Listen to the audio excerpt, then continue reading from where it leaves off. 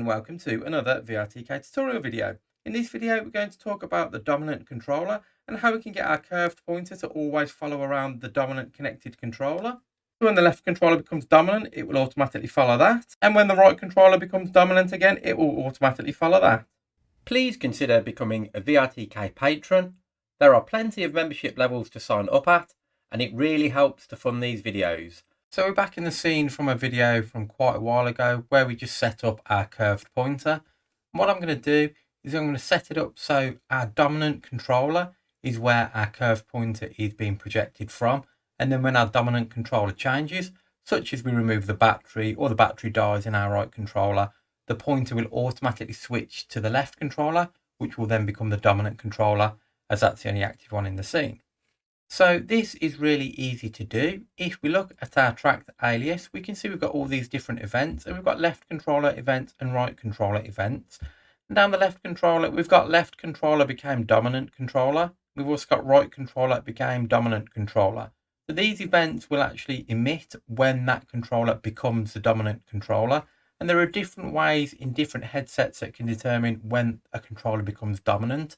So usually it's just if the battery dies or you disconnect the battery or it moves out of tracking space, the controller will no longer be connected and therefore the other controller will become dominant. In some headsets, you can specify the dominant controller. So with the HTC Focus 3, you can specify in the settings that you want your left controller to be the dominant controller. And also in the HTC Elite, you can press the trigger on whichever controller you want to become the dominant controller, and that will switch to the dominant controller as well. So let's set it up now so the pointer follows our dominant controller. So in the left controller became dominant controller, we're going to add 2 events. And in the right controller became dominant controller, we're going to add 2 events as well.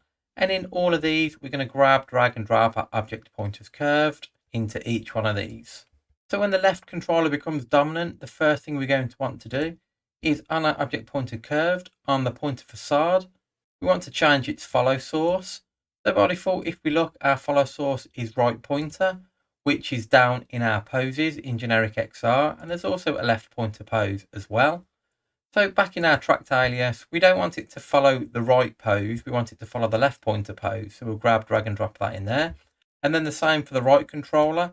In the pointer facade, the follow source will go back to being right pointer. And then we're just going to set up the activation action. I'm not going to worry about the selection action, as in this scene there is no selection anyway. So by default, the right thumbstick touch is the activation action. So if we go back to our tracked alias and we look down here, we just basically now want to say in here, the pointer facade, what's its activation action? And then again on this one, the pointer facade, what's its activation action? And we can collapse this. And if we open up our mappings, we've got the left and we've got the right. And then we've got the left thumbstick and we've got the right thumbstick. And if we look at our pointer, by default, it's right thumbstick touch, this one.